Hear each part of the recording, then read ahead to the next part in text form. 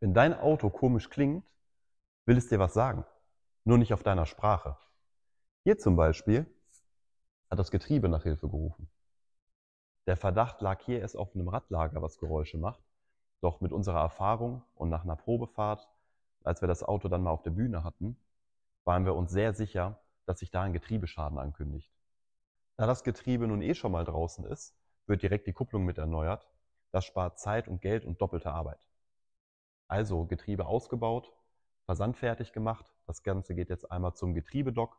Dort wird das Getriebe einmal komplett überholt.